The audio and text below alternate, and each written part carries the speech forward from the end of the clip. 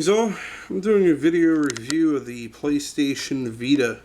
As you can see here, I have the 3G version combo. Now I have to be honest with this, I never had a chance to actually use the 3G option on here. Because, speaking with AT&T, you find out that the version or the session that you're trying to get is actually not free. You have to spend $15 first, then you get a free one. The downloadable game you only get after you sign up to go with the first month trial, and then at that point you'll get the voucher for the code. So I've never used the 3G version and probably never will. Now the 8 gig memory card, I mean, yes, you do get that, but I was looking to get the 3G version, try it out, see if I liked it, and then I'd have been okay with losing $50 at that point because I at least tried it. Plus, I would have been able to get a free game at that point. But let's take a look at the back. Contents. You're going to get the Vita system, USB cable, and power charger, and the manual. Now, when I first looked at this system, I seen that, and I was kind of taken back because it's very big. This is definitely not a small system. A lot bigger than the PSP Go, bigger than the PSP. But I mean, for what it is size-wise, it definitely makes up for it in power. Let me turn it on for you. Now, as you can see, it's a 5-inch OLED touchscreen. And it also has a touch panel on the back. You also notice it has dual analog sticks. Very, very convenient, and I love these for gaming. It makes a world of difference, so it's definitely a big plus in that regard. Same digital pad, and you get the standard Sony buttons. Still 1L, 1R shoulder button. Take a look at the back. These are the only things I don't really like. These are where your fingers are supposed to go when you're not using the touchpad. But if you have larger hands, since your hands are so close to the edge already, it really doesn't allow you to do anything. Like, you have to hold it with your fingertips and then you use it. And it doesn't really allow you to get a real good grip. Now, if you do it like this, to where you're comfortable, every once in a while your finger might come off and then come back on, and it might throw it off a little bit for the touch part. So, not sure what they're going to do with that to make that easier to work with, but that's the main gripe I have with the touchpad so far. Take a look at the apps. With something like this, you get some apps that come on here standard, so I'll just go through them real quick here. Welcome Park is just pretty much a welcome series that allows you to understand what the Vita does, what it's capable of, and so forth. That's pretty much it, just a tutorial. Looking at the party option is really something I'm not really interested in at all. Party option allows you, though, to go over a LAN network and pretty much connect with people to play a variety of different games. Now, I haven't used it myself because I really haven't been that interested, so I don't know if it's games that's supplied by them or how that's working. It's probably going to be that, though, like a PlayStation type of home, if you will. You're very standard. You already know what the PlayStation Store is, so I don't really have to go into that into detail.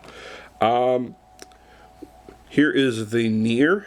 Near is a program that allows you to see where you are and who's been in that area recently, so you can connect with them and share info and so forth.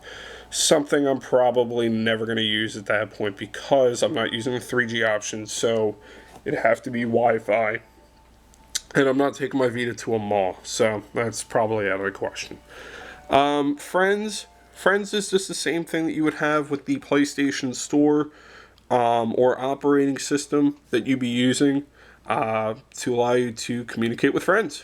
Now, this is one thing that I was kind of annoyed about, the group messaging thing. This thing is kind of pointless now because you would think with the Friends application, you would be able to communicate with your friends through the Friends application. No, what you have to do is you have to get your friend, so you can either do it one of two ways. go through group messaging to message the person. You input their username in there, and then you can just message them at will from there. Or go through friends to find the person that you want, select that person from your friends list, and then say you want to send a message, which will then in their turn open the group messaging. So you have to have 2 applications run at once just for that. Really stupid.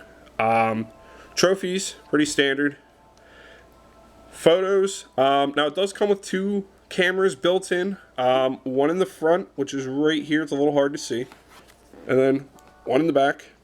These are mainly for augmented reality cards that you're going to be using these for. It is not really for pictures. You are going to be able to take some pictures, but these are 0.3 megapixel cameras, not 1.3, just 0.3. So the pictures are not going to be good at all. They're very blurry.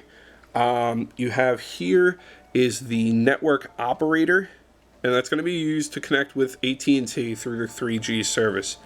As you can see here, this is the Wi-Fi browser. I will open this just so you can see what is going on.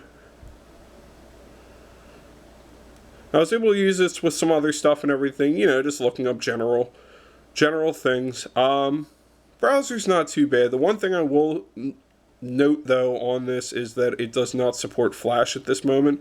So if you're trying to go through and watch a video, yeah, it's not really going to happen right now. Not without Flash. So that's something they're probably going to be looking into, which they said they have, but I don't know how long it's going to take. Sometimes they're a little slacking on that. So you have your music, videos, remote play is just an option where you can actually play your PS3 game through this icon on the TV, but using this. I don't really see any interest for that. I mean, it's kind of cool, I guess, but with the option of having a wireless controller, that was the only thing I seen as a real benefit. Now, if you're playing it through your screen, the PS3 game through this, that'd be another story. But so far, I haven't seen anything that says you can. Maps is another interesting thing. You have a GPS, according to what it says, built into this. I haven't used the GPS feature yet. I mean, because technically GPS is going to locate where you are exactly, but you can't use it without Wi-Fi, so that kind of defeats the purpose. So, yeah, it's not something I'm really too interested in, but most people aren't really going to get it for that. They're going to get it for the gameplay, but let's just finish this up here. Now, they have this program, as you can see here, with the 4 little icons. This is the PlayStation Content Manager. You need to have this both installed on your PS Vita and your computer in order to use the actual memory card feature to transfer and write to the card back and forth from your computer or your Vita. So without that, you can't use it. Now, another mention on this, because I was going to say initially I was thinking this was a USB 1.1 port down here, is because of this software. It has to be. It is extremely slow transferring files over. I had about, I would say, 3 gigs of data on the card, and it took over 45 minutes for it to transfer everything from the card through this device onto the computer. Now, it doesn't see it as an actual external drive, it just sees it as a portable media player. So it's not something where you can just copy and paste and stuff. You have to use the stupid content manager, so I'm very annoyed at that. The settings is nice. It does have some options on there. You can control more than you usually could before with like the regular PlayStation Portable. The big thing I like about this, and this is more of a techie aspect, but this will allow you to control and figure out what's going on with your Vita if there's issues at all, is with this, they're going to have an error history report. So it'll tell you the errors itself, the error codes and what came up and like what in a little bit of a description is going on. I find that to be very useful at that point. So that's just something that's a big plus for me. So kudos to them on that. So with this, as you can see here, each of these is going to be an icon for your game.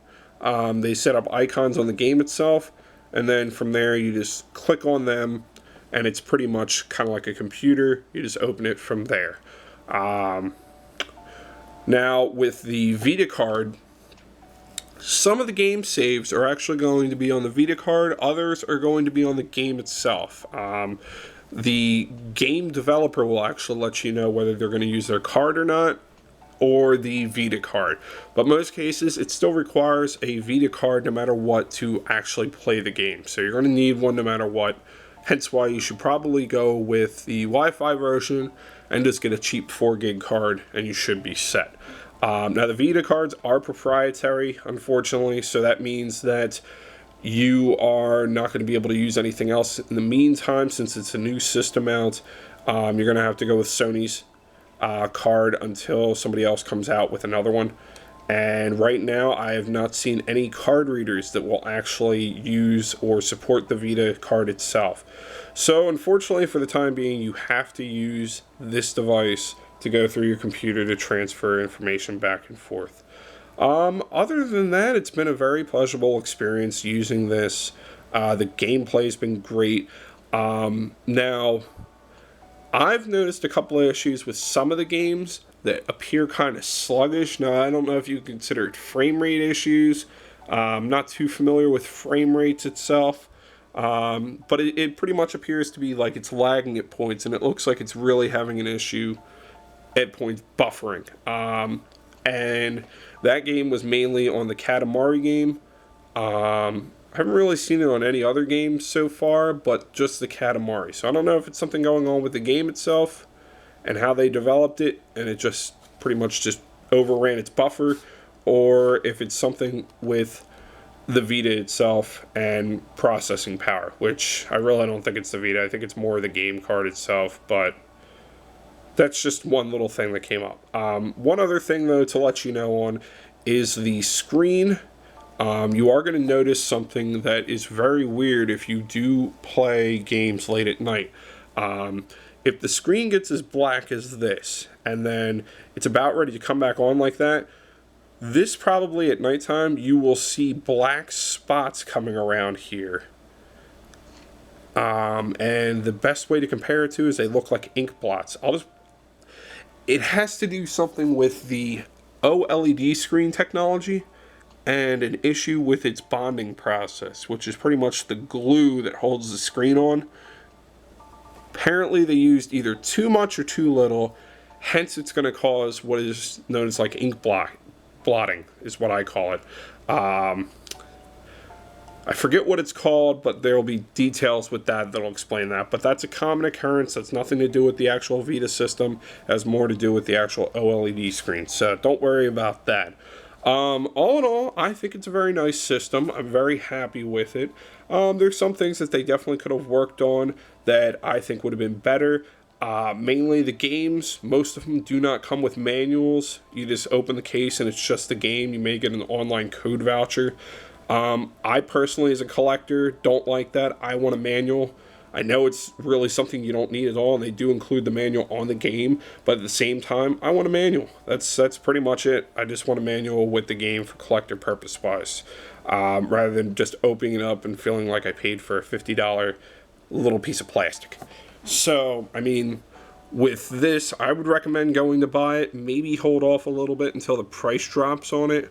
But I'm very happy with it, with the battery life, what it offers right now, and mainly just the gameplay power. It really does feel like holding a PS3 system in the palm of your hands. I would recommend it. I'd recommend to go with the Wi-Fi version. And that's really it. If you have any comments or questions at all, please let me know. Be more than willing and happy to answer them. And thanks for watching.